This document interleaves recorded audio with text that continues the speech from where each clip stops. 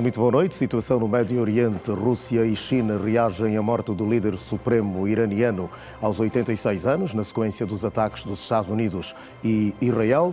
Sequel e Colibengo, 8 viaturas de modelos diferentes queimadas na sequência de fogo posto. Visita do Papa Leão XIV a Angola. Mais de 8.000 escuteiros católicos estão mobilizados.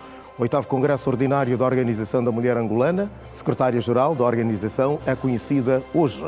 Domingo Notícias, edição do dia 1º de março de 2026. Vamos informar e sejam todos bem-vindos.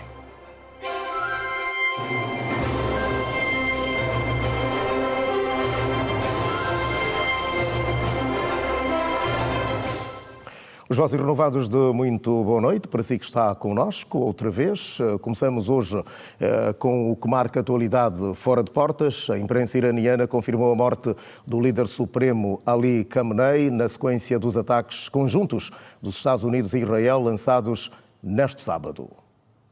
Líder supremo do Irão, Khamenei comandou o país por quase 4 décadas. Enquanto permaneceu no poder, nunca aceitou fazer reformas na República Islâmica e reprimiu com força a oposição. No cenário internacional, manteve posição hostil aos Estados Unidos e se negava a aceitar a existência do Estado de Israel. Quando se tornou líder supremo, a sua escolha foi considerada uma surpresa, porque nem todos o julgavam qualificado para suceder o Ruhollah Khomeini, fundador e líder histórico da República Islâmica. Khamenei havia sido vice-ministro da Defesa e presidente durante a guerra com o Iraque na década de 1980, mas não um dos líderes da Revolução. Nasceu em 1939 em Mashhad, cidade sagrada para os xiitas. Foi o segundo de 8 filhos de uma família pobre e devota. Cresceu sob a monarquia do Shah Pahlavi, no movimento em que o Irão era aliado dos Estados Unidos e até de Israel. Em 1980, passou a conduzir a oração de sexta-feira em Tirão, a mando de Khomeini. Em 1981, o ataque à bomba deixou a sua mão direita paralisada. Logo depois, aos 42 anos, foi eleito presidente do Irão com 95% dos votos. Durante a guerra contra o Iraque, entre 1980 e 1988, esteve ao lado de Khomeini. Desde a morte de Khomeini em 1989, Khamenei liderou o país de 90 milhões de habitantes e uma história que se funde com a antiga Pérsia.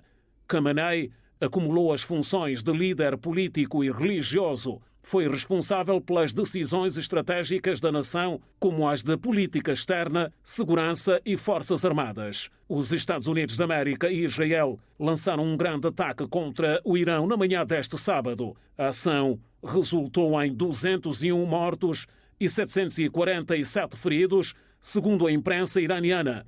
O exército dos Estados Unidos informou que nenhum militar americano ficou ferido na ação e que os danos às bases militares no Médio Oriente após a retaliação iraniana foram mínimos. O Estreito de Hormuz, uma das principais rotas de petróleo do mundo, foi fechado por motivos de segurança, informou a imprensa estatal iraniana. O presidente da Rússia, Vladimir Putin, expressou as suas sinceras condolências pela morte do líder supremo do Irão, Ali Khamenei. A China também já reagiu, incluindo o Hamas.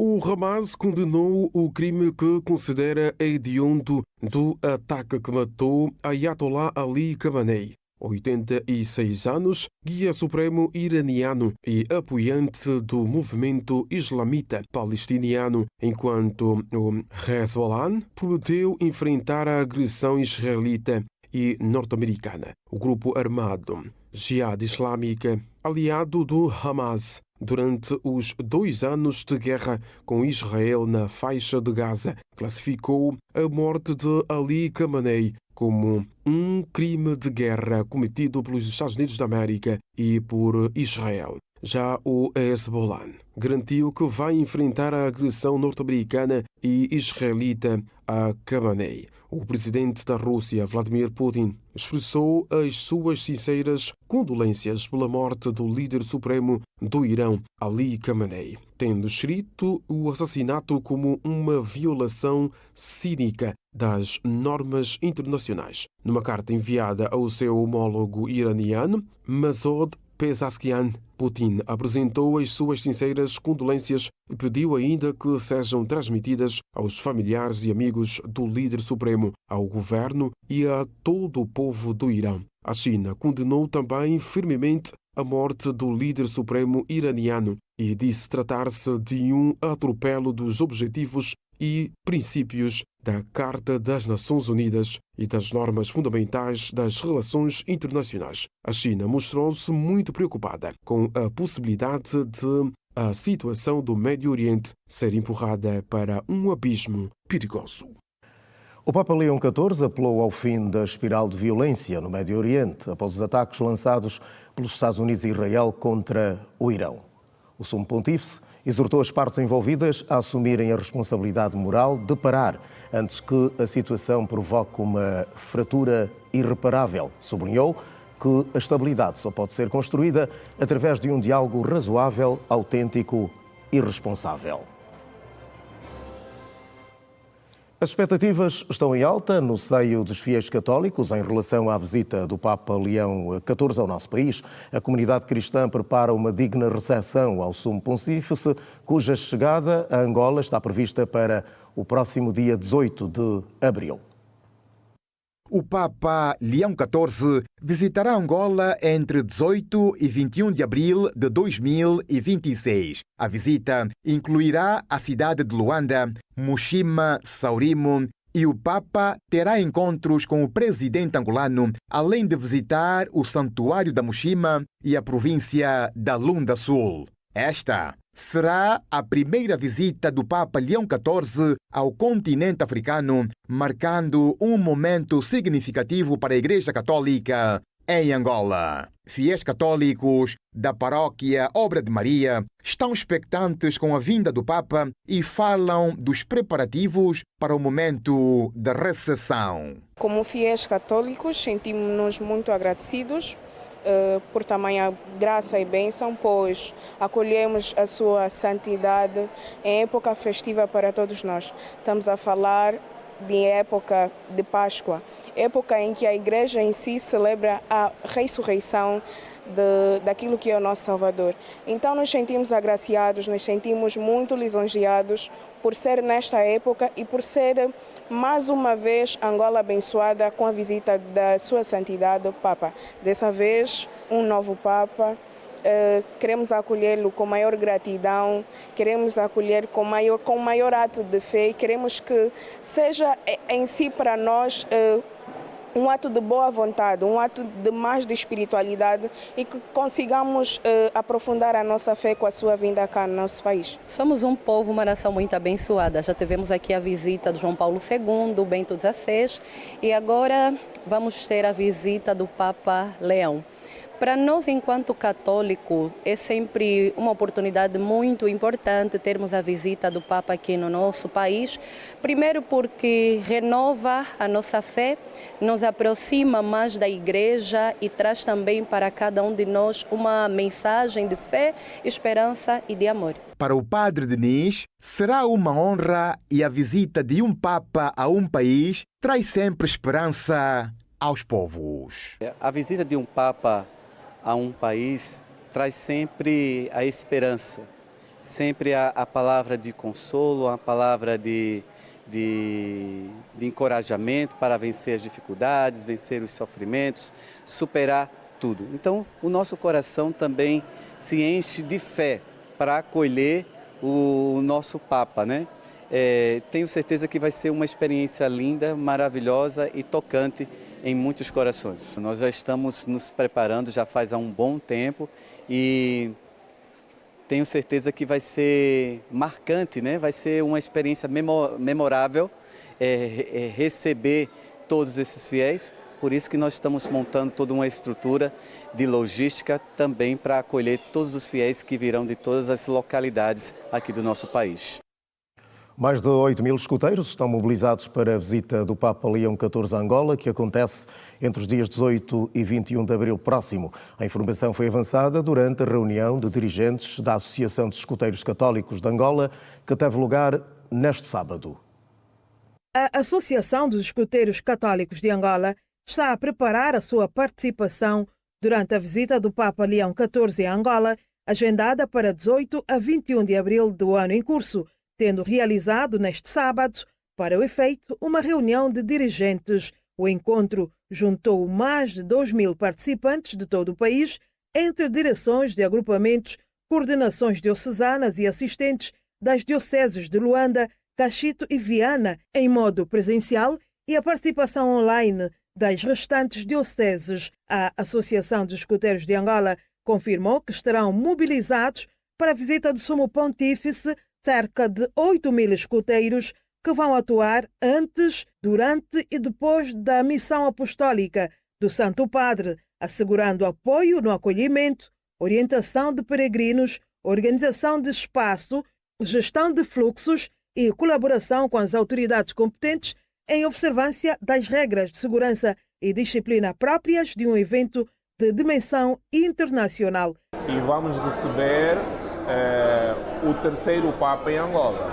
Então, desde a visita do Papa João Paulo II, os escuteiros já estiveram envolvidos e conhecem muito bem o trabalho que vão realizar. Por volta do ano 2010, quando recebemos o Papa Bento XVI, também estivemos envolvidos e os escuteiros conhecem muito bem a Igreja, conhecem muito bem o trabalho social, o trabalho filantrópico e necessariamente vão fazer um trabalho muito bom e estão a fazer uma preparação merecedora para um evento de tamanha dimensão. Falamos sobre a movimentação dos escuteiros de um espaço para o outro, de Luanda para Mushima, de Mushima a Luanda ou Quilamba e vice-versa.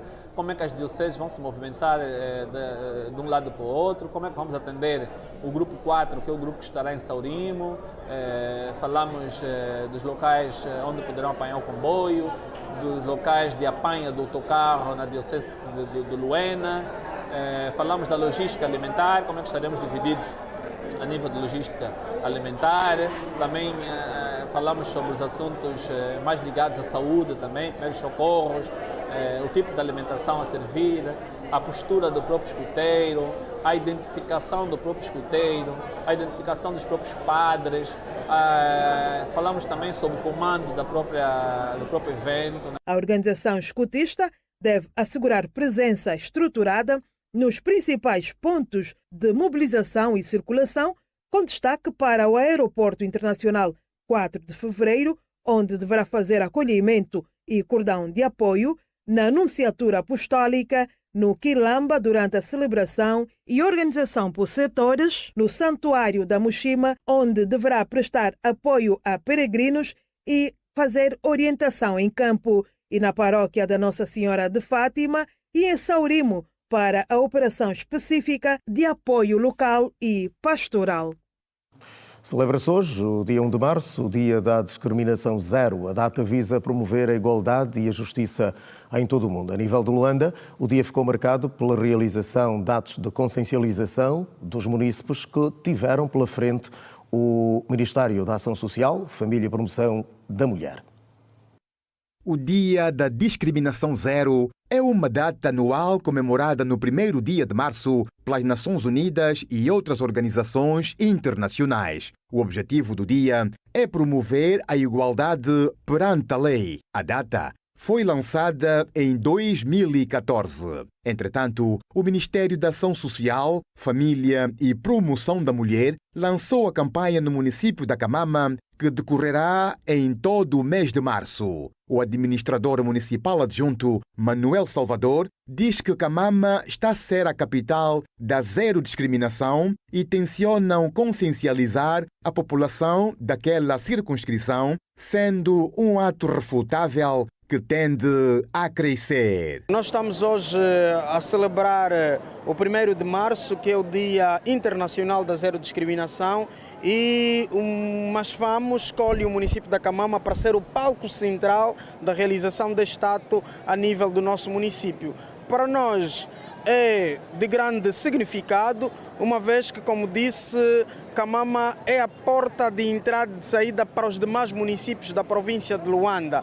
Portanto, para nós é uma bênção receber essa atividade. Camama tem muitos programas de inclusão social. Só para terem uma ideia, as grandes ações de reunificação familiar e as grandes ações de intervenção social a nível da província de Luanda são realizadas no município da Camama, então não seria diferente aqui o acolhimento deste ato. Angelina Lutucuta, chefe do departamento do Masfamo, relata que atividades do género têm sido realizadas de forma periódica, principalmente em mercados, paragens de táxis, entre outros, para elucidar a população deste ato de agressão que já constitui crime. Esta atividade tem como objetivo sensibilizar as pessoas, sensibilizar os transeuntes, sensibilizar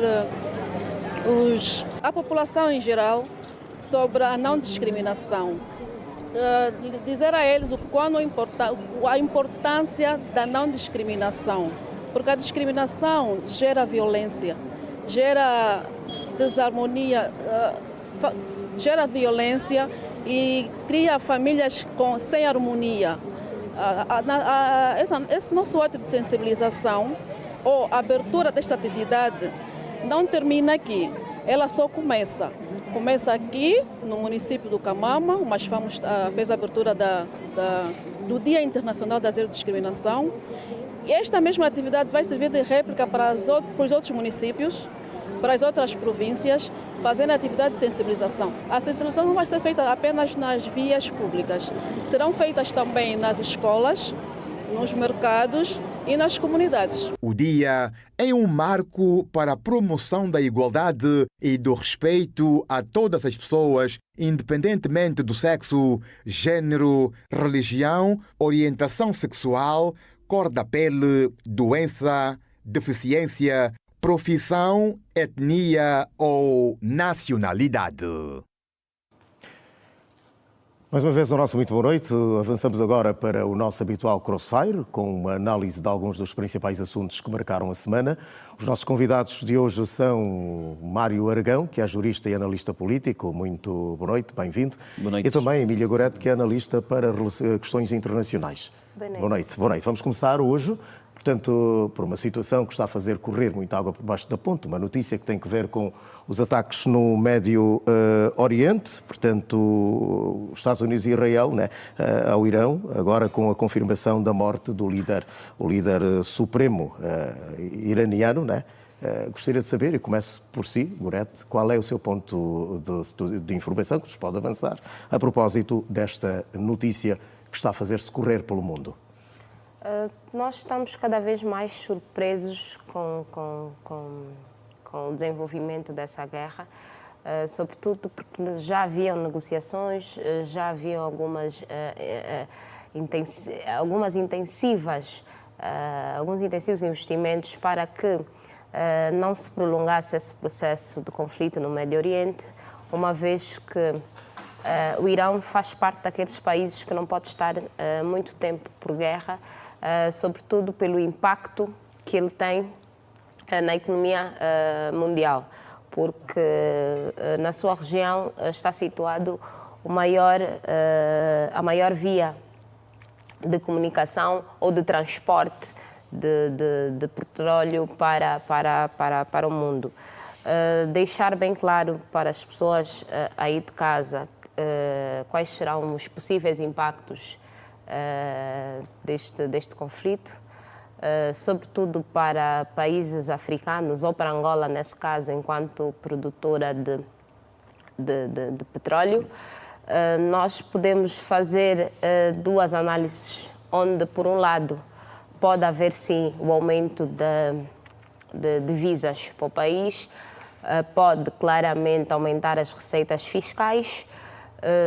O preço do barril de petróleo já subiu ou já começou a subir e se o conflito se intensificar pode vir a subir um bocadinho mais, mas não é ainda uma razão de estarmos muito felizes, porque pode também ter impactos económicos para Angola, sobretudo porque pode haver uma grande volatilidade de preços no mercado e também pode claramente aumentar o custo de importação, porque nós não temos capacidade para refinar todo o petróleo que nós consumimos. Automaticamente vamos ter mais dinheiro, sim, mas também vamos pagar mais caro pela refinação. Ok, Mário Aragão, agora é consigo que vou tratar aqui desta questão. Portanto, a morte do líder supremo do Irão e de algumas outras altas patentes são, portanto, questões suficientes para despoletar uma mudança de regime?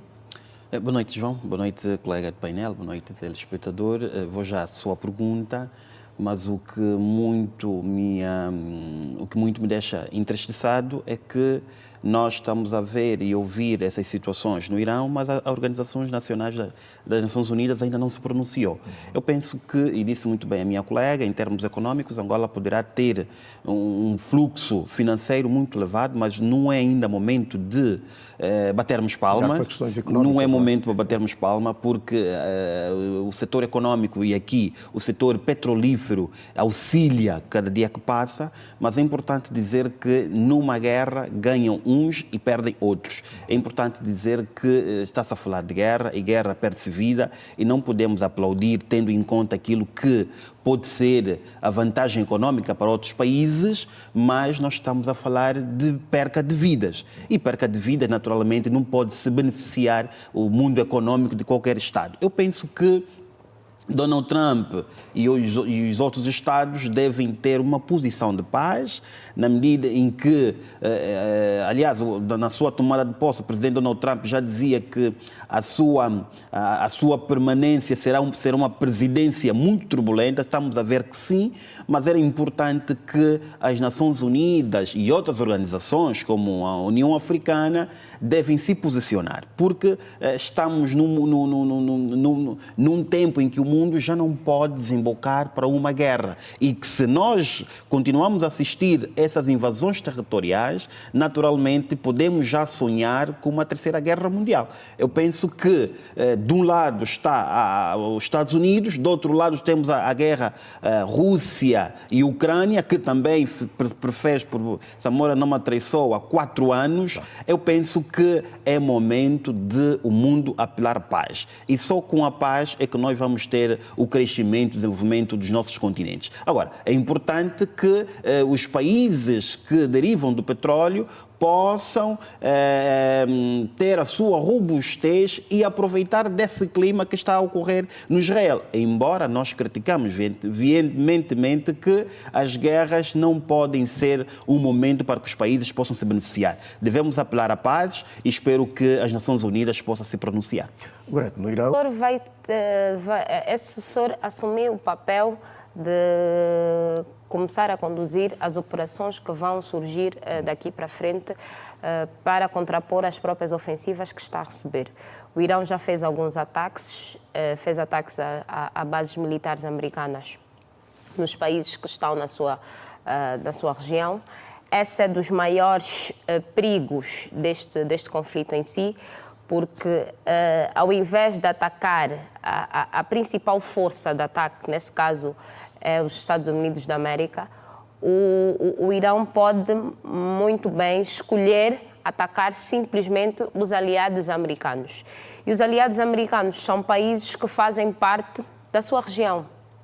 E muitos destes acabam por ter um contributo muito importante para aquilo que é a própria vida económica dos países. Os Emirados Árabes Unidos é um destes países que já começou a sofrer. O seu ataque, inclusive, acabou por afetar uma das suas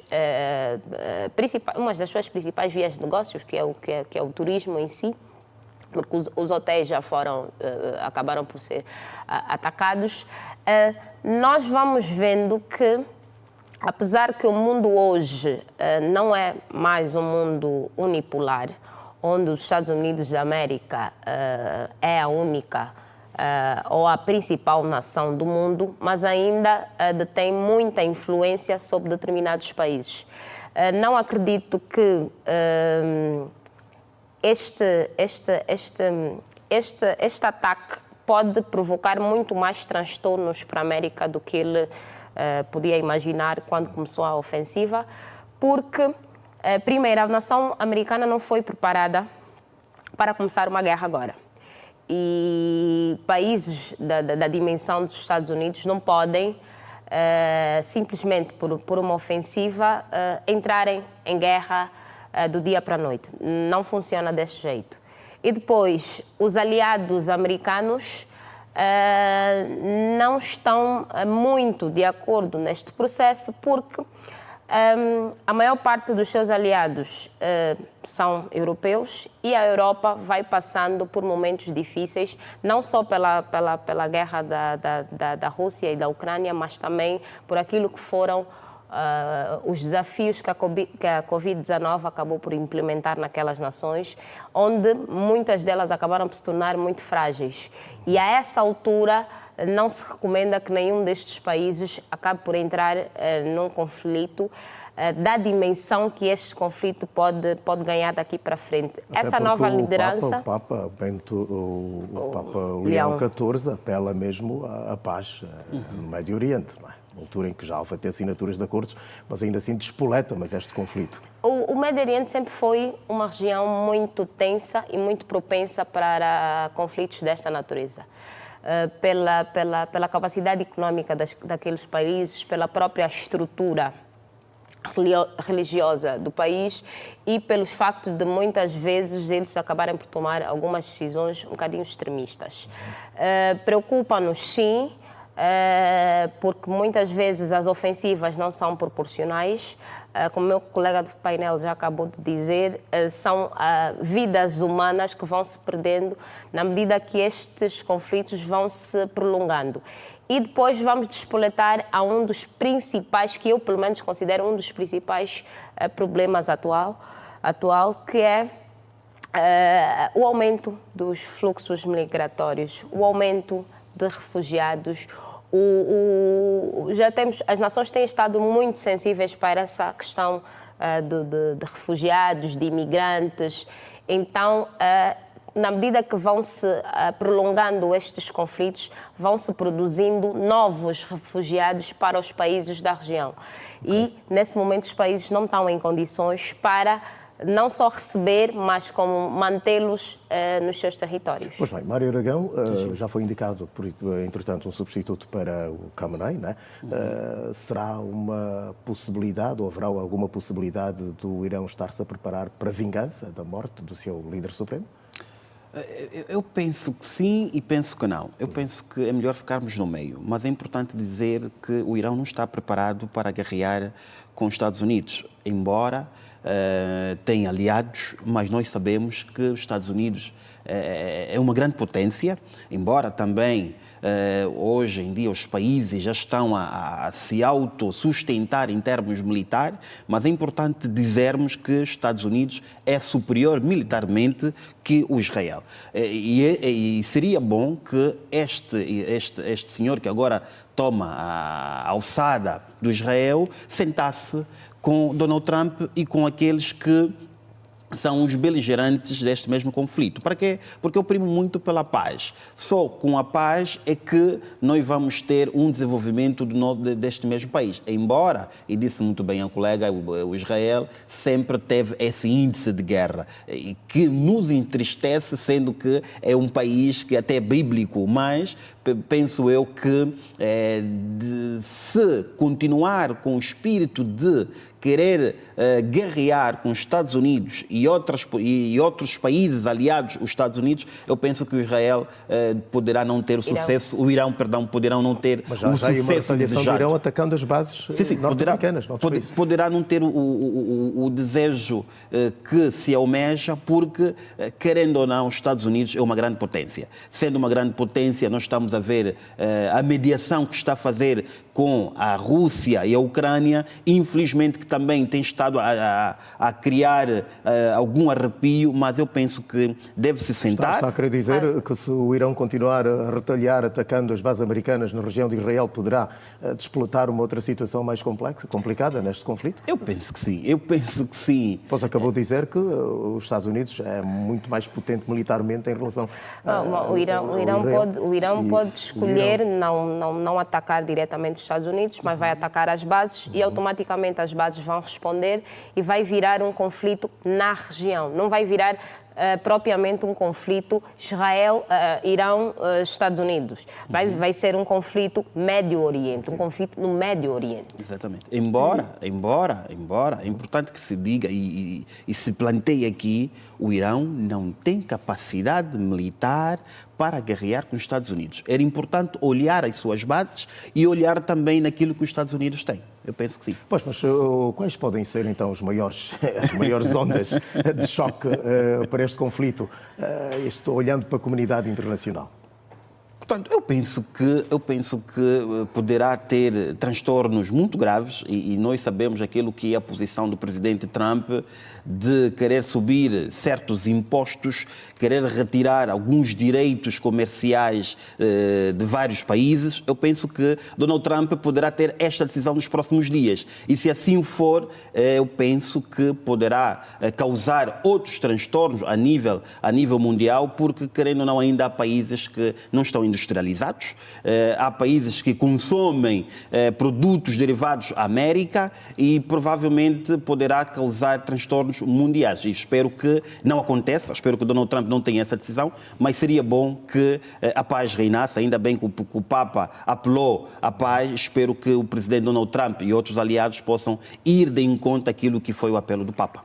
Só para acrescentar aqui uma questão, é que mesmo até as nações muito industrializadas vão acabar por sofrer muito com este conflito, porque a maior parte das indústrias trabalha de alguma forma com combustíveis, por mais que hoje em dia já haja muita tecnologia para fazer para possível substituição, para fazer a substituição, mas ainda não o suficiente, ou pelo menos nem todos os países tiveram acesso a essa tecnologia. O que eu acredito que pode vir a acontecer são as demais nações com algum peso na arena internacional podem tentar intervir mediando neste conflito, porque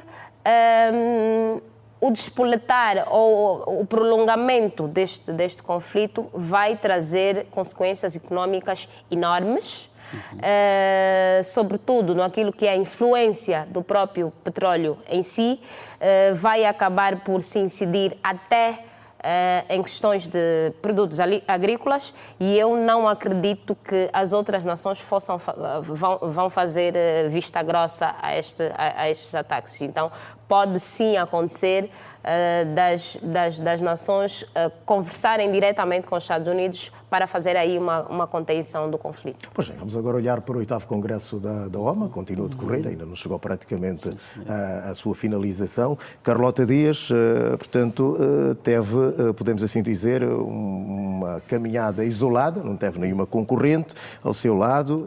Este facto pode, na verdade, condicionar a sua ação na organização feminina? Começo por si, Gorete. Prioridade às senhoras, com a sua permissão, Aragão. Sim, senhor. Olha, eu acredito sempre que há alguma coisa na disciplina partidária do MPLA que acaba por fazer com que os seus processos não sejam considerados propriamente democráticos pela ausência de concorrência em determinadas questões ou processos em si.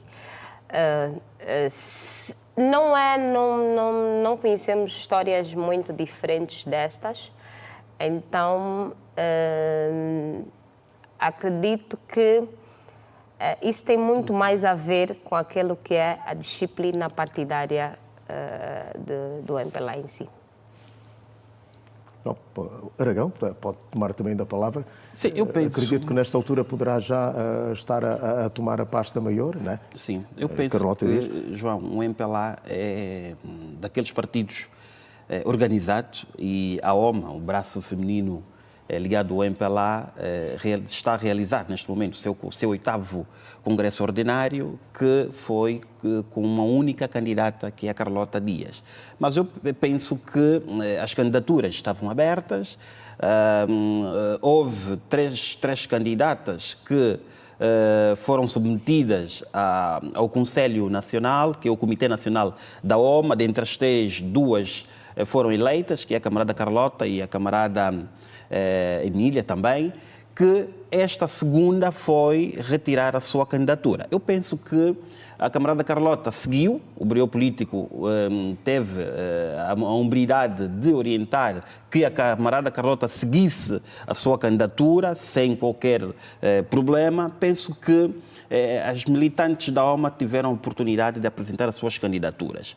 E com o mandato da camarada Carlota, nada poderá ter problemas, porque recebe um mandato da camarada cessante, camarada Joana Tomás, um mandato que teve como missão de organizar e orientar a ala feminina do MPLA, e a camarada Carlota recebe esta missão num momento crucial, que é o momento eleitoral. Daqui a nada, 2027, o MPLA vai às eleições e sabe que as organizações... Mas a cessante também diz que deixa a OMA organizada e coesa no seu discurso. A OMA está organizada e coesa, mas a camarada Carlota recebe no momento mais crucial, tendo em conta as eleições de 2027. Sabe que, João, que o voto do MPLA vem das organizações, que é a OMA e a JMPLA. Sendo que a OMA é o braço feminino do MPLA, naturalmente a camarada Carlota vem no momento que deve dar mais dela e do seu secretariado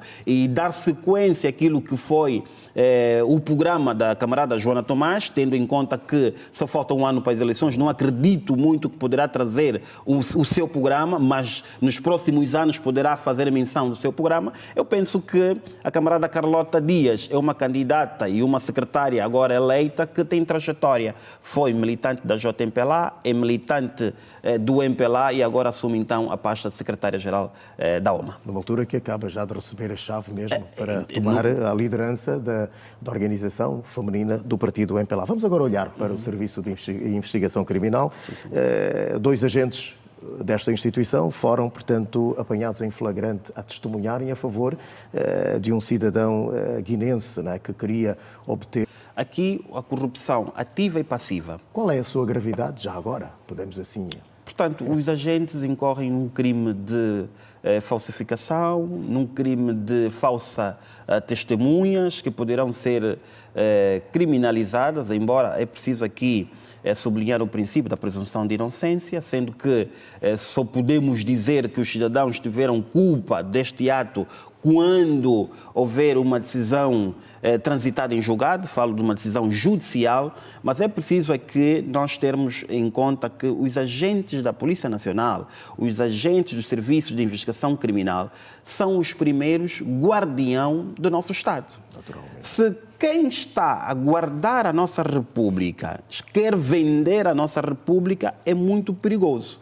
Eu penso que este ato aconteceu no município do Clambaquiache, tendo em conta uma atividade que o município estava a organizar durante a semana finda, que é o bilhete ao cidadão. Penso que os agentes têm de ser responsabilizados e, quando se trata de entes públicos, deveriam ser os primeiros a guardar a nossa Constituição, embora há mecanismos próprios para se adquirir a nacionalidade.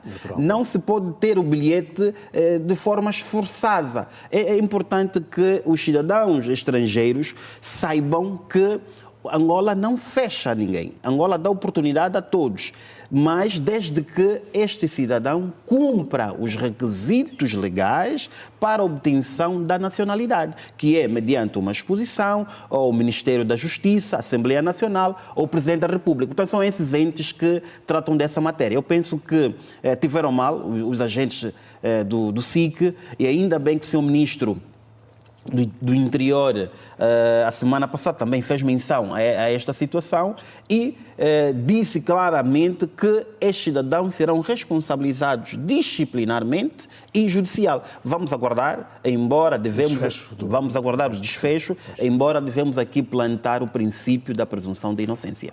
Emília, só para perguntar, este tipo de ação, né, do SIC contra o SIC, podemos assim dizer, contra os seus efetivos, pode servir de exemplo para os demais que queiram enverdar para este caminho, e como é que nós podemos olhar para o combate da corrupção nas forças da ordem?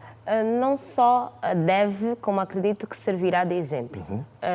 Eu vou trazer aqui uma questão que nós devemos ter consciência da delicadeza deste ato, porque isso coloca em perigo a própria estratégia de segurança nacional, uma vez que Angola tem acordos de cooperação internacional, onde estes acordos prevêem em si, acordos diplomáticos em si, que prevêem que Angola deve estar vigilante para questões dessa natureza, porque a aquisição de nacionalidade em Angola é sob 2 critérios fundamentais, ius solis e ius sanguíneos. E são estes mecanismos que cidadãos estrangeiros devem recorrer para a aquisição da nacionalidade angolana. Não sendo desta forma, tem de se terem atenção aos efeitos que este ato pode ter a nível internacional, porque de alguma forma mancha diretamente a reputação de Angola enquanto país e pode fazer despoletar outras questões como a credibilidade dos documentos angolanos pode ser colocada em questão e muitos países podem decidir criar situações para não só dificultar a própria aquisição de vistos nos seus países, ou também fechar as suas fronteiras ou impedir a livre circulação de cidadãos angolanos. Por quê? Porque os pilares fundamentais da estratégia de defesa e de segurança do próprio Estado em si prevê o controle populacional, prevê o controle do território e prevê também que se tenha atenção à atividade ou à própria coesão das suas instituições.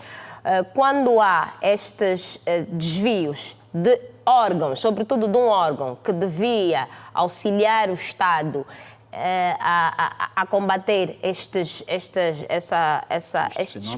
fenómenos, esses processos ilegais. Diríamos talvez o desvio de alguns integrantes do órgão, não é? Sim, sim, nós devemos ter muita atenção, porque isso pode nos criar muitos problemas na arena internacional. Pois bem, vamos agora olhar para o projeto Tata Wayel, que leva assistência médica e às comunidades carentes.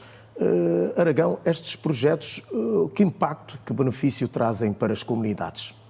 João, é preciso dizer que este projeto vem de iniciativa do Ngana Zenza, que é uma organização liderada pela Sua Excelência, a Senhora Primeira-Dama da República de Angola, que tem estado a andar pelo corredor do Lubito, as províncias ligadas à ferrovia, a dar assistência médica e medicamentosa às famílias mais vulneráveis, normalmente as famílias rurais.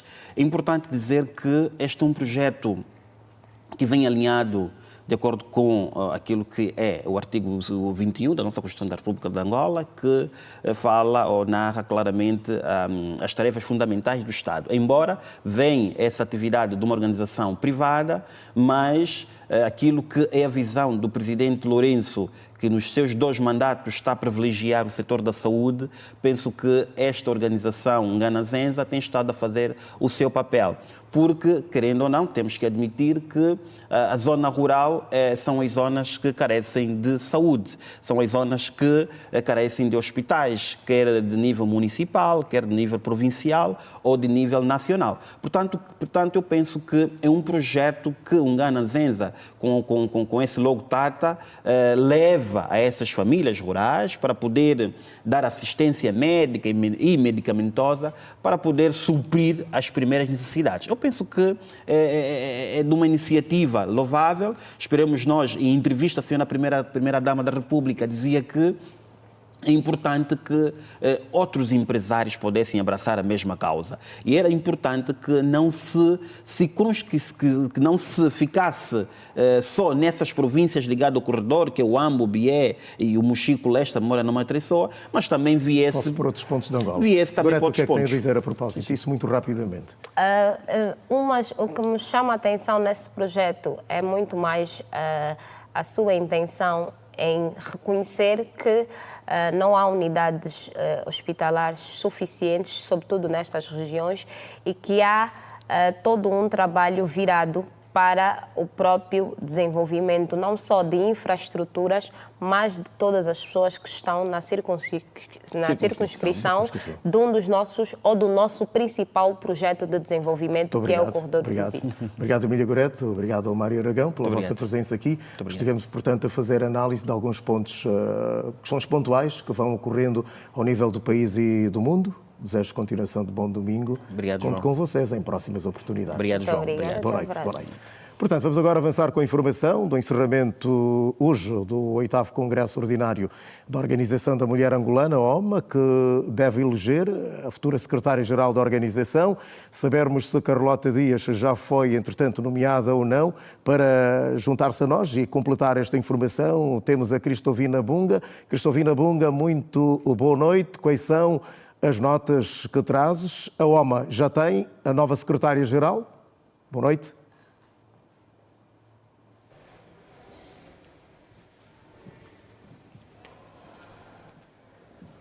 Boa noite, João Alves. Carlota Dias é escolhida para dirigir o cadeirão máximo da Organização da Mulher Angolana, OMA, nos próximos 5 anos. De referir que este processo foi presidido então pela vice-presidente do Partido Maraquiosa. De referir também que, consoante as votações, votos válidos foram 2.369, a favor 2.287, correspondente então a 97%, 43% contra, prefazendo 1,8%, voto branco, ou seja, votos brancos, neste caso 19, corresponde a 0,8%, e votos nulos 20, corresponde então a 0,9%. De referir que o Comitê Provincial da OMA será integrado com 299 membros.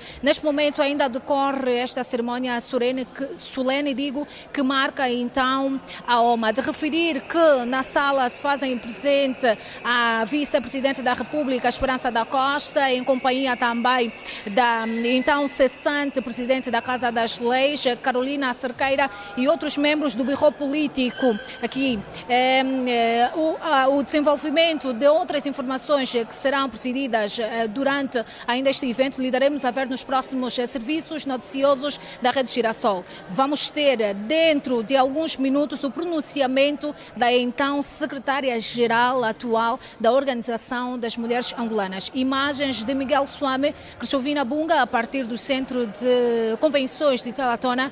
Boa noite. Boa noite, a Cristovina Bunga, e toda a informação, a volta da eleição da nova secretária-geral da OMA, uma atividade que começou ontem e que conhece o seu encerramento hoje. É o Domingo Notícias, seguimos agora para o nosso primeiro intervalo, voltaremos dentro de instantes. Fique aí onde está, porque nós voltamos com mais informação. Boa noite.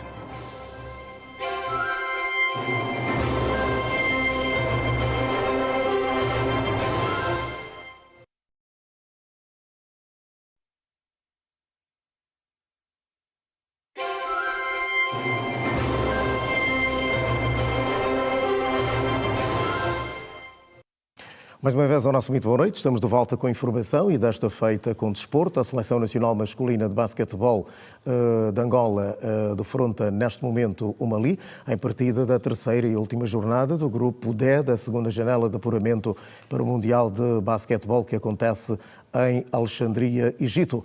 Este é um jogo crucial para consolidar a posição de Angola na qualificação para a competição de Qatar. Angola perde, recordo que Angola, no caso, venceu, assim está correto, o...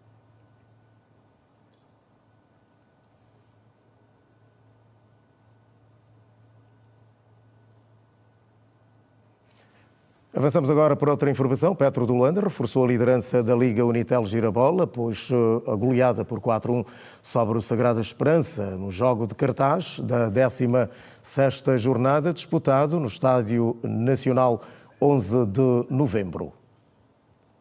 Com 33 graus Celsius na capital do país e uma boa relva no 11 de novembro, o Petro de Luanda recebeu e venceu o Sagrada Esperança por 4-1 em jogo a contar para a 16ª jornada da Liga Unitel Girabola. A primeira grande oportunidade do golo pertenceu à equipa da casa. Aos 5 minutos, Jonathan Toro fez um belo remate que saiu ao lado. A seguir, os tricolores eram que mais tentavam e aos 24 minutos, Tiago Reis testou os reflexos do keeper Cesani, que travou o lance. Quem abriu o placar foi o extremo Vanilson, que respondeu à altura um belo cruzamento vindo do lado direito. No lance a seguir, os tricolores fizeram o segundo com Benny a fazer o gosto ao pé. 2-0 era o placar ao intervalo. No reatar, 2 minutos foram suficientes para da banda marcar e fazer o 2-1. Aos 75 minutos, Costinha, que entrou na segunda parte, mostrou que tinha cabeça afinada. Fez o terceiro do Petro. Quase a terminar, Flávio lançou Tiago Azulão, que no primeiro toque na bola fechou o placar em 4-1. Em reações à partida, o técnico Lebo Lebo, do Sagrada Esperança, disse que a sua equipa começou a perder a cabeça depois dos 40 minutos, daí à derrota gorda. Eu diria que nós conseguimos controlar o jogo até os 40 minutos da primeira parte.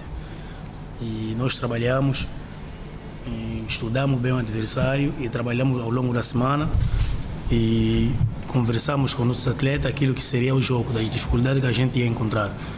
E a nossa equipa esteve concentrada até os 40 minutos e a partir dali começamos a fazer as coisas com cabeça, ou com coração, aliás.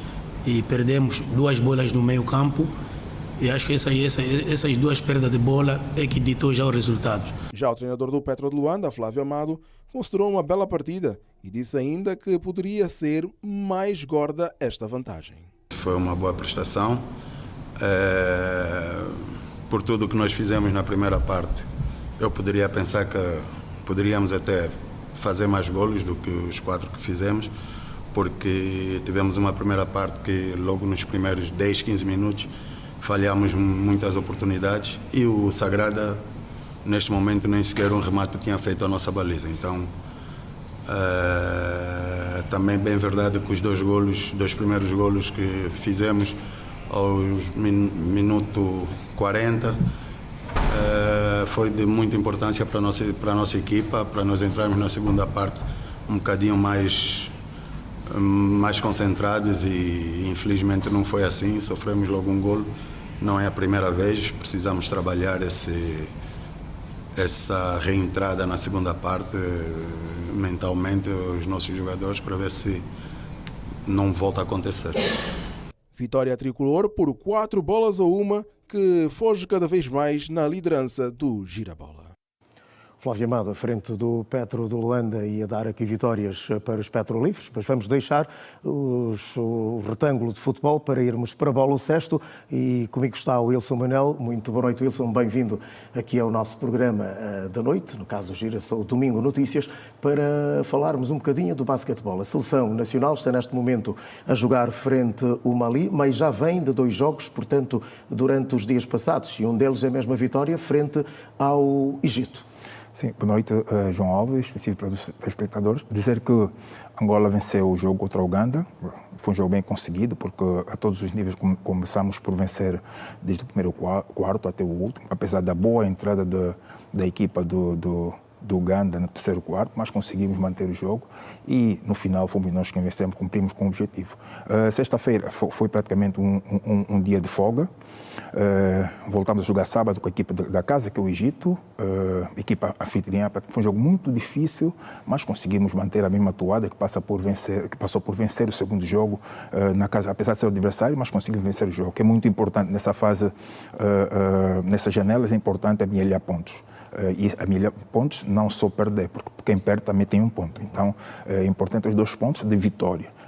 Nesse momento estamos a par do Mali, com quem jogamos agora. Estamos a jogar agora, a par com 2 pontos, e queremos vencer o Mali para poder então ficar na primeira posição e esperar que as próximas janelas continuem na mesma toada, porque estes jogos, este modelo de janela é muito complicado. Perder o jogo não ajuda em nada. Temos que procurar vencer todos os jogos, os 3 jogos, para esperar em julho, quando começar a terceira janela, vencer novamente 3 jogos e continuar a vencer até a 5ª janela para poder então sermos o primeiro do grupo e conseguir a classificação para o Mundial direto. Mas podemos dizer que já estamos no bom caminho com estes resultados, estas vitórias que estamos a obter? Sim, estamos no bom caminho, é sempre bom vencer, independentemente de vencer os 2 primeiros jogos. Estamos a perder neste momento, mas acreditamos que no final podemos ser nós os felizes contemplados e dizer que toda a vitória é importante nesse momento, porque depois no final temos que fazer contas. Uma pergunta que poderia até ser feita ao Pepe Clarence, que está à frente da solução, mas eu faço assim. Onde é que está o segredo destas vitórias? Defesa. A defesa? É o tipo de defesa de hoje que implementamos. Se procurarmos nos melhores campeonatos, já não encontramos equipe a defender do mesmo jeito. Então, hoje em dia, vimos jogador com espaço para jogar.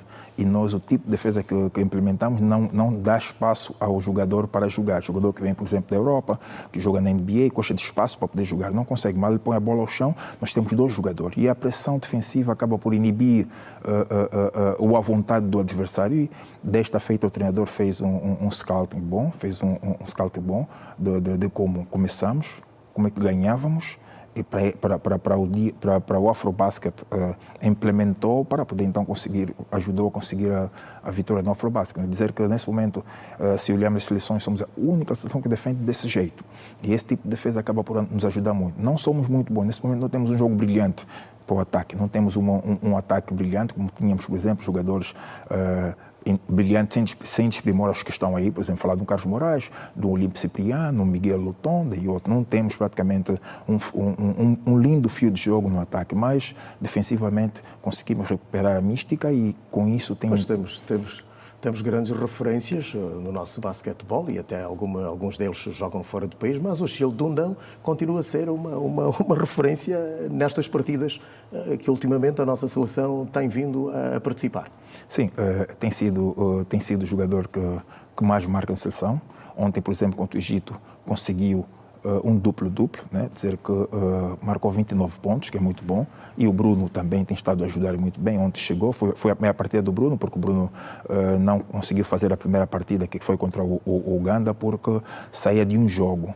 Quer dizer que ele jogou um dia anterior e seguiu logo para Alexandria. Então o treinador preferiu poupá-lo e ele no jogo contra o Egito acabou por poupá-lo muito bem, recuperou as energias, jogou, fez um duplo-duplo, ajudou muito bem. O Celto também tem ajudado muito. Quer dizer, no cômputo geral nós temos um coletivo, cada um faz alguma coisa e sempre aqueles que podem marcar mais acabam por marcar. Mas dizer que o Shield é o comandante da orquestra, né?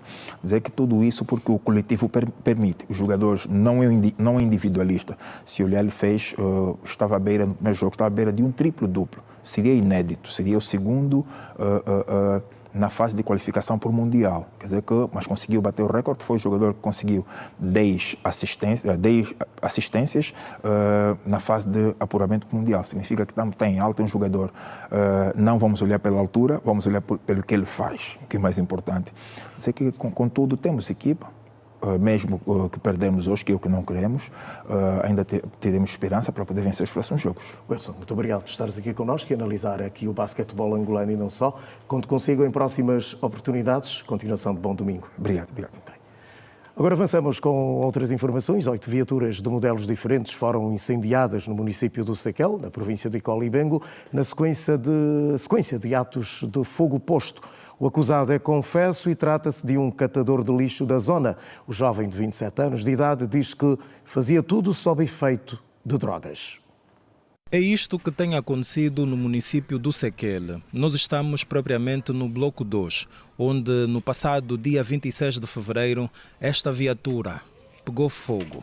O que não se sabe é como. Na província do Icolo-Ibengo, mais propriamente no município do Sequele, vários atos de fogo posto em blocos diferentes prejudicaram vários moradores e têm deixado a comunidade em alerta. 8 viaturas de marcas diferentes foram incendiadas. Quem viu o seu bem a perder-se consumido pelas chamas conta como tudo aconteceu. 5h20, 5h15, eu venho para a casa de banho para tomar o banho, sinto uma explosão e um clarão grande. Abri a janela, eu vejo chama. Eu vou abrir a janela aqui da casa de banho, em que eu não me encontrava para tomar o banho. Vejo que era o meu carro. Quando desci, já estava a consumir a parte do motor. Em menos de 10, 30, 40 segundos, porque viemos a correr, né? Abri as portas todas do carro, dentro estava intacto. Nem fumo, nem chama, nem nada. Tirei alguns pertences que se encontravam dentro no interior da viatura. O resto não consegui tirar porque depois a chama tomou conta do carro e assim se foi. Comecei a ouvir, né, gritos, fogo, fogo, fogo e pronto. Despertou-me a atenção, abri o cortinado da janela e deparei-me com chamas, né, bastante altas. Portanto, quando eu espreito olho abaixo, era o meu carro que pegava fogo. Portanto, fiquei sem saber o que fazer. A porta fechada, procurei as chaves, não apareciam, desci e pronto, deparei-me com praticamente todo ele já em chama e não havia nada por se fazer. Não se faz sentir a polícia circular pela cidade, esta cidade, dentro dessa centralidade. Nunca vi o patrulhamento aqui dentro da centralidade. E a delinquência assim vai crescendo. Isso já demonstra que a polícia não está a trabalhar. As imagens de uma câmara de vigilância partilhadas pela Polícia Nacional no Icolo-Ibengo captaram o jovem de 27 anos de idade em flagrante. Os atos de fogo posto decorreram nos dias 26, em que o mesmo indivíduo colocou fogo em 2 viaturas, e no dia 28 de fevereiro, quando ele colocou fogo em 3 viaturas, tendo ainda, na madrugada deste 1 de março, colocado fogo em mais 3 viaturas. O acusado é confesso e afirma que estava sob efeito de drogas. O que eu fiz? Danifiquei 8 viaturas, queimei 8 viaturas. Que me fez isso, não sei qual espírito que me veio na mente de fazer esse tipo de acto. Você estava sob efeito de droga? Sim. De azempar légua. Voltas a partir de 15 anos que eu comecei a usar isso, até hoje. Por dia tomava 5 comprimidos. O porta-voz da Polícia Nacional na província do Icolo-Ibengo, Euler Matari, fez saber que o acusado será apresentado ao Ministério Público e ao juiz de garantias. O comando provincial de Icolo-Ibengo da Polícia Nacional tomou conhecimento do primeiro facto, do primeiro crime de fogo posto no passado dia 26 e a partir deste momento montou-se um posto-comando conjunto com todas as forças de investigação criminal, investigação de ilícitos penais e também a inteligência policial, e fomos então fazendo um trabalho aturado de investigação e de inteligência policial para chegarmos até a este indivíduo. Este indivíduo, além de atear fogo nas viaturas, ateou fogo também na varanda de uma residência. Portanto, na madrugada de hoje, em flagrante delito, foi possível a detenção desse indivíduo. No município do Sequele, catador de lixo ateia fogo em mais de 6 viaturas. Populares pedem apoio ao Estado. Seguimos agora para mais um curto intervalo. Neste Domingo Notícias, voltamos daqui a instantes. Boa noite.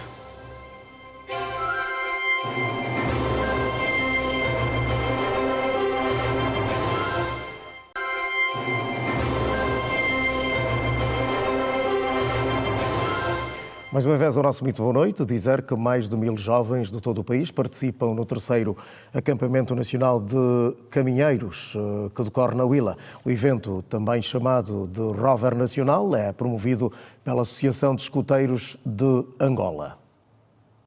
A província de Belarmino Cardoso, o certame é uma atividade educativa realizada a cada 2 anos para congregar escuteiros com idades entre os 18 e 24 anos, com o objetivo de promover o intercâmbio social e cultural, a compreensão e a amizade entre os jovens, bem como o exercício da liderança, capacitando-os a tornarem-se atores do desenvolvimento nas suas comunidades. Os temas passam muito pelo envolvimento comunitário, o debate sobre os Objetivos de Desenvolvimento Sustentável e, na verdade, como aproveitar as oportunidades educativas transformadoras.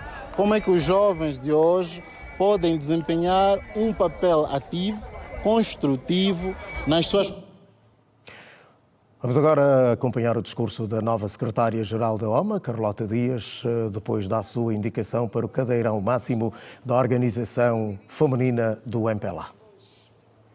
Neste momento marcante do 8º Congresso da nossa querida e combativa Organização da Mulher Angolana, OMA. Hoje, não celebramos apenas um resultado eleitoral.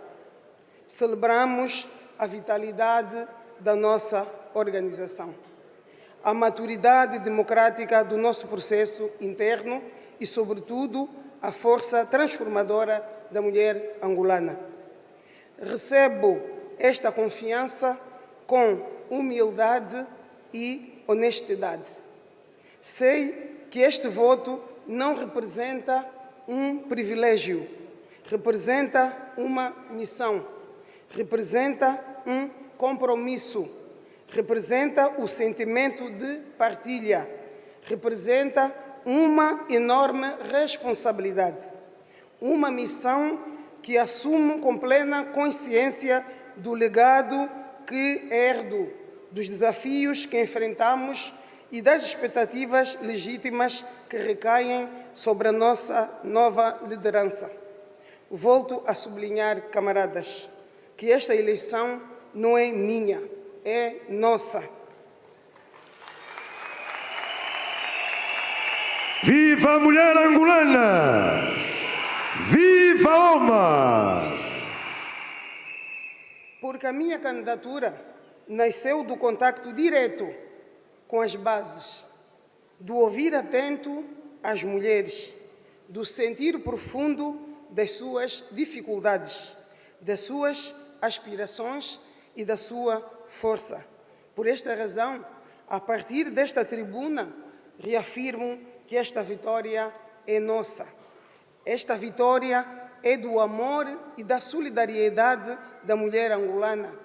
Esta vitória é de todas as mulheres aqui representadas. Esta vitória é da OMA. Contem comigo, mamães.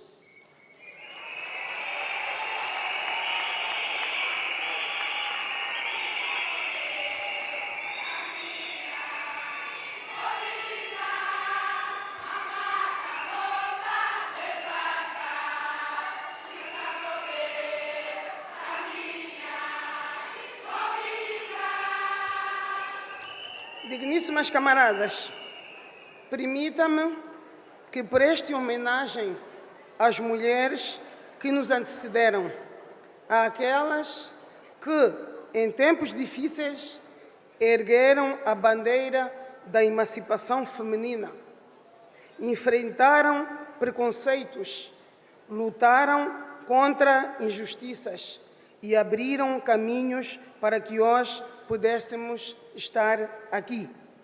Seremos, por isso, eternamente gratas às camaradas de Olinda Rodrigues, a patrona da nossa organização, Engrácia dos Santos, Irene Cohen, Lucrécia Paim e Teresa Afonso, pelo seu heroísmo, pela sua entrega e pelo seu patriotismo.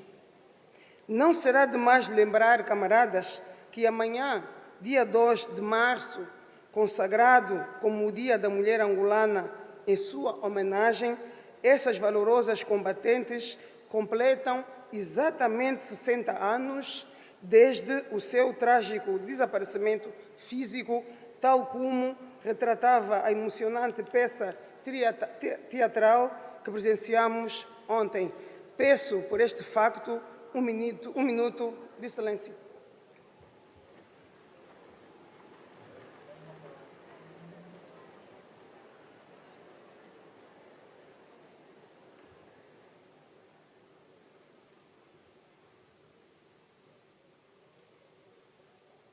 Muito obrigada.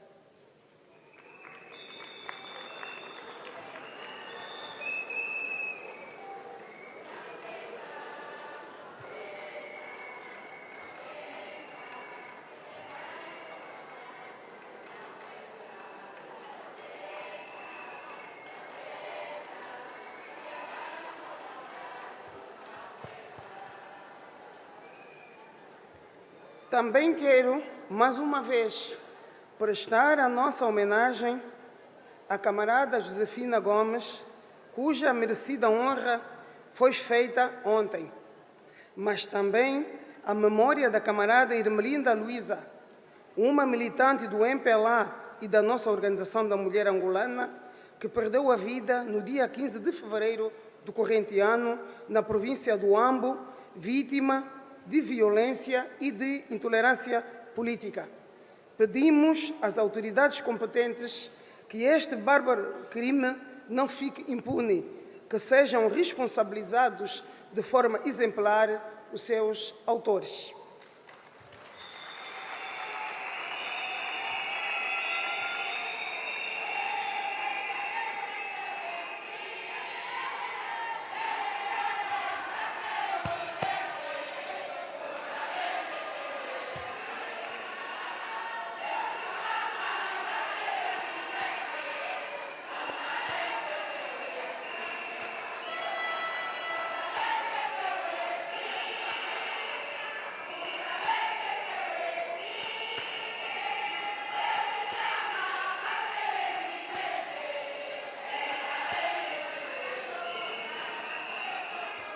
Camaradas delegadas, neste momento ímpar em que estamos reunidas em Congresso, quero ainda estender o nosso reconhecimento público e muito especial às mamãs Ruth Neto e Luzia Inglês Inga, as nossas generais que nos transmitiram a valentia da mulher angolana, os valores da revolução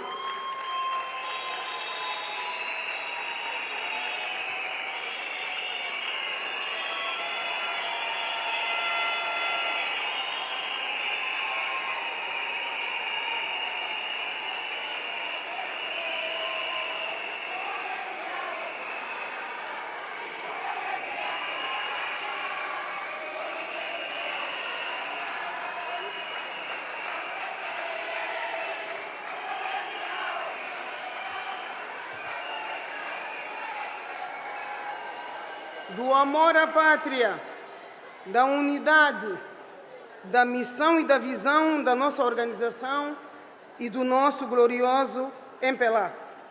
Somos a gesta desta geração. Somos a continuidade desta geração. Temos a responsabilidade de honrar o legado que nos transmitiram, o legado que nos deixaram. Estamos proibidas de falhar. Por isso, rendamos neste Março Mulher a nossa profunda homenagem a todas estas valiosas heroínas que deram a sua vida, o seu suor e o seu contributo pela independência de Angola, pelo fortalecimento da nossa organização e pelo engrandecimento do nosso partido. Peço a todas as delegadas uma salva de palmas.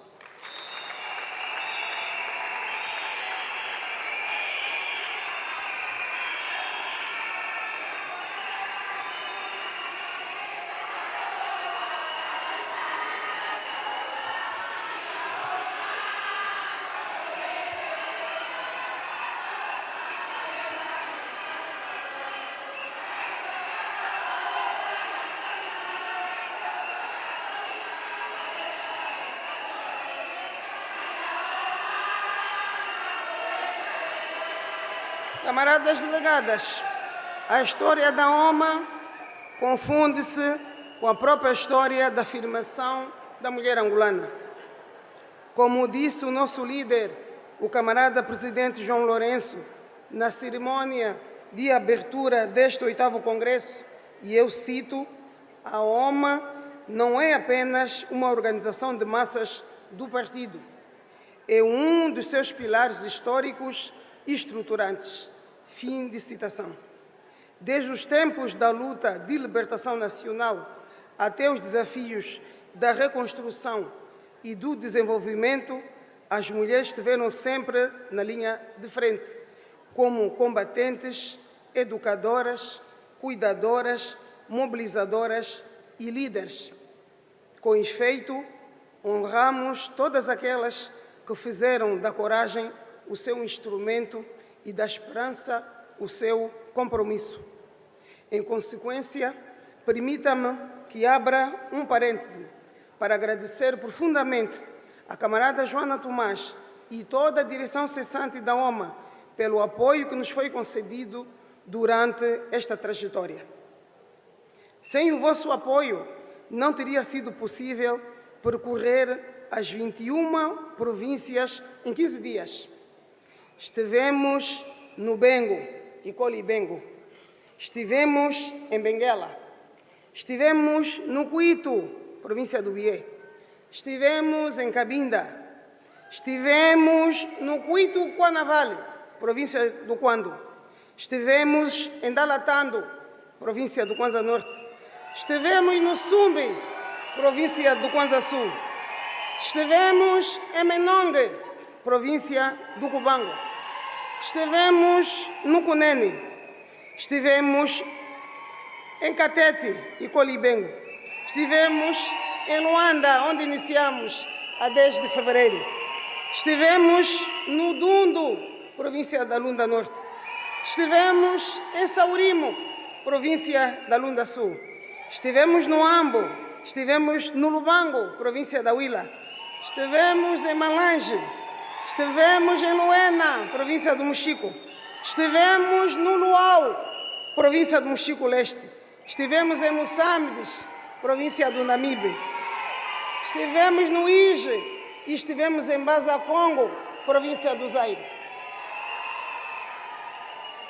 Sem o vosso apoio, não teria sido possível partilhar os sentimentos de solidariedade, de firmeza, de amor, de carinho com que fomos brindados durante esta caminhada eleitoral. Nestas províncias, camarada vice-presidente do nosso partido, camarada secretário-geral, camaradas do secretariado do Bureau Político, mamãs, foi possível lembrar aqueles cânticos das mamãs que eu, em 1998, quando ingressei na OMA, na Huila, naquela fogueira destinada à guerrilheira, voltamos à saudade. E eu quero lembrar aqui, com alguma nostalgia. Vai, vai, vai, a OMA, a vitória é certa. Quando a OMA vai ao combate, parece foguete que caiu do céu. Não tínhamos a dimensão dessa OMA. Éramos jovens, fugíamos o lenço amarelo. Mas, camarada vice-presidente, este foguete da OMA é a força determinante para a vitória do MPLA.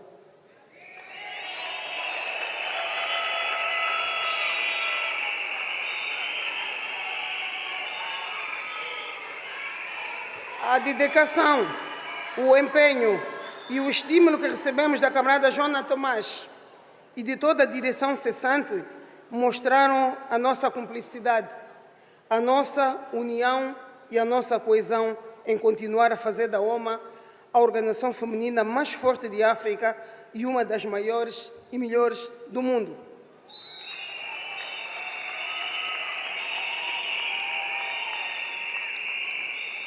Camarada Joana Tomás, reitero em meu nome, de toda a equipa, os meus votos de gratidão, extensivos a toda a direção cessante. Conto convosco. Muito obrigada pelo apoio.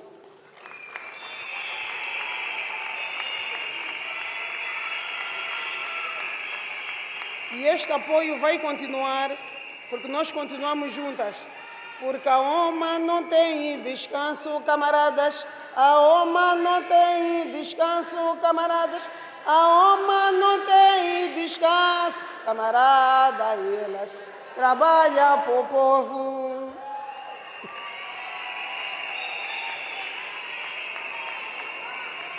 Aproveitando o embalo, quero também formular os nossos votos de agradecimento aos primeiros secretários provinciais do partido, às secretárias executivas provinciais da OMA e respectivos grupos de apoio nas 21 províncias percorridas, pelo acolhimento, pelo calor e pela hospitalidade que nos concederam em todas as atividades que desenvolvemos em torno do percurso da nossa campanha.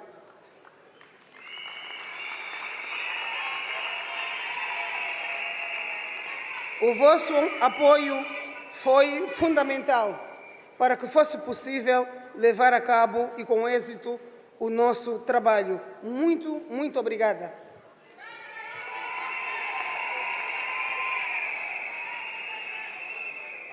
Camaradas delegadas, o processo eleitoral que hoje culmina foi marcado por debates, reflexões e participação ativa. Isto demonstra a vitalidade da nossa organização. Isso demonstra que a união faz a força. Isso demonstra que juntas somos invencíveis. É nesta perspectiva que saúdo com elevado espírito de camaradagem todas as equipas que participam angolana.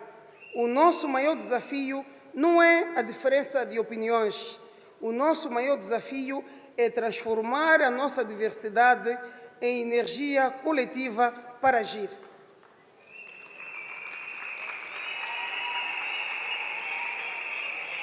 Precisamos, mamães, de unidade estratégica, coesão organizativa e compromisso político. Nenhuma de nós é maior do que a OMA. Repito, nenhuma de nós é maior do que a OMA. E a OMA só será grande se estivermos todas comprometidas com um projeto comum. Todas sabemos que vivemos uma fase decisiva da vida nacional. Angola enfrenta desafios econômicos, sociais e culturais que exigem respostas responsáveis, inovadoras e concretas. Neste contexto, a mulher não pode ser apenas uma espectadora. Deve ser protagonista, deve ser ativa e proativa. Precisamos consolidar o papel da mulher na economia, promovendo o empreendedorismo feminino e o acesso ao crédito. Na educação, incentivando a formação técnica e científica das jovens. Na política, fortalecendo a liderança feminina a todos os níveis. Na família, valorizando o seu papel estruturante na formação de valores. E na sociedade, combatendo todas as formas de discriminação e violência. A nossa ação deve ser concreta. Precisamos sair das intenções e avançar para resultados concretos. Camaradas delegadas, assumo convosco alguns compromissos estratégicos para este novo ciclo. Em primeiro lugar, devemos reforçar a formação política e cívica com investimentos na formação contínua das nossas militantes, capacitando-as para intervir com competência nas comunidades, nas instituições e nos espaços de decisão. Uma mulher formada e informada é uma mulher empoderada e é uma mulher livre. Em segundo lugar, lutaremos pela autonomia econômica da mulher, promovendo programas de apoio ao empreendedorismo feminino, parcerias institucionais e iniciativas de capacitação profissional. A independência econômica é um pilar fundamental da dignidade da mulher. Em terceiro lugar, vamos travar uma luta sem quartel contra a violência baseada no gênero. Por isso,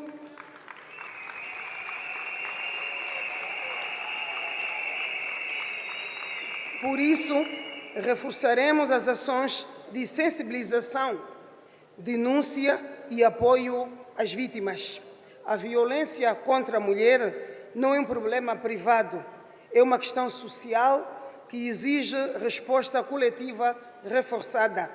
Em quarto lugar, trabalharemos de forma afincada para que as bases sejam o nosso ponto de partida e o nosso ponto de chegada, cumprindo assim a orientação do camarada presidente João Lourenço, todos as bases, todos as comunidades.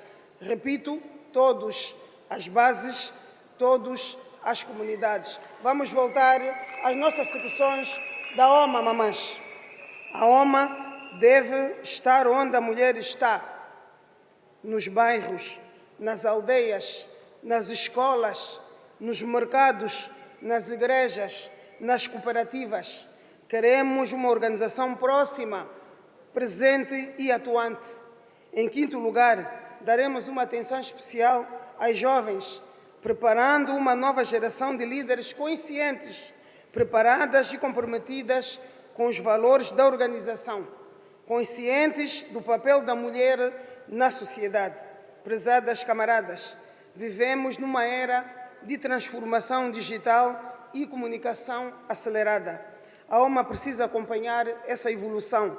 Com efeito, vamos apostar na modernização dos nossos métodos de trabalho, no uso estratégico das plataformas digitais, na melhoria da comunicação interna, na recolha sistemática de dados para um melhor planeamento. Uma organização forte é aquela que se adapta sem perder os seus princípios. Camaradas, a confiança que nos foi depositada deve ser honrada com ética e transparência. Por isso, comprometo-me a liderar com prestação de contas regular, decisões participativas, respeito pelos regulamentos internos, combate a qualquer forma de favoritismo ou exclusão. Ou seja, a credibilidade da OMA constrói-se com coerência entre discurso e prática.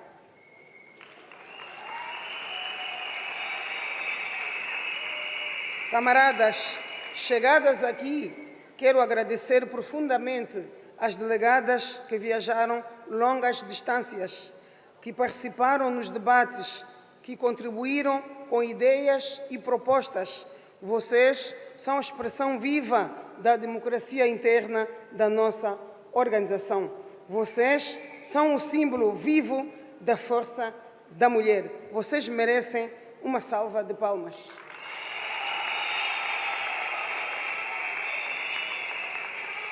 Levem às vossas províncias uma mensagem clara do 8º Congresso, que marca o início de um novo ciclo de dinamismo, mobilização e resultados concretos. E levem a mensagem do nosso sonho, uma OMA mais forte institucionalmente, uma mulher angolana mais instruída e economicamente independente, uma juventude feminina confiante e participativa, uma sociedade que reconheça plenamente o valor da mulher. Mas este sonho não se realiza por decreto, realiza-se com trabalho diário, mamães, disciplina organizativa e espírito de missão. Apelo assim que cada delegada regresse com uma missão clara: mobilizar, organizar, formar, defender e vencer. Repito, mobilizar, organizar, formar, defender e vencer. Que cada casa sinta a presença da OMA, que cada jovem encontre em nós inspiração, que cada família veja em nós segurança e esperança. Camaradas, o momento é de trabalho, o momento é de ação. Precisamos transformar cada estrutura local num centro de mobilização e intervenção social. Precisamos que cada militante seja um agente de mudança. Não esperemos pelas circunstâncias ideais, criemos as circunstâncias. Não aguardemos soluções externas, sejamos partes da solução. Prezadas camaradas, hoje, ao encerrar este congresso, não celebramos apenas uma vitória eleitoral. Celebramos a reafirmação da nossa identidade, da nossa força e da nossa responsabilidade histórica. Saímos daqui mais unidas, mais determinadas e mais conscientes do nosso papel em torno da nossa bandeira e do nosso líder, a quem agradeço pelas palavras encorajadoras e orientadoras que proferiu no ato de abertura do nosso Congresso. Pedimos, por conseguinte, o apoio total do camarada presidente João Lourenço para que possamos materializar as suas pertinentes orientações e as deliberações saídas deste Congresso, contidas nos estatutos, num programa de ação e na tese da OMA. Queremos, com seu apoio e com o apoio de toda a direção central do nosso partido, levar este navio que nos foi colocado nas mãos a bom porto, a um porto seguro, a um porto com águas calmas. Por essa razão, auguramos que este 8º Congresso seja lembrado como o Congresso da renovação, da mobilização e dos resultados, materializando com rigor e disciplina os princípios e normas que estão nos documentos que acabamos de aprovar. Que este 8º Congresso seja uma mola impulsionadora para a nossa ação em cada província, em cada município, em cada comuna, em cada bairro e em cada aldeia. Conto com cada uma de vós, conto com todas as camaradas da OMA, conto com um Comitê Nacional interventivo, participativo, assíduo e mais próximo da mulher. Conto com um Comitê Nacional proativo, cujos membros ou os membros tenham uma ação mobilizadora junto das famílias, junto das comunidades, junto da sociedade e junto das bases. Caminharemos juntas, trabalharemos juntas para o fortalecimento da OMA e do MPLA. Venceremos juntas os próximos desafios, porque a luta continua e a vitória é certa em 2027.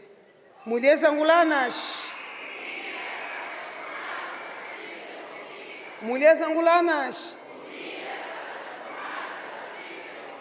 Viva a mulher angolana! Viva o camarada presidente João Lourenço! Viva a OMA! A luta continua e a vitória é certa. Muito obrigada.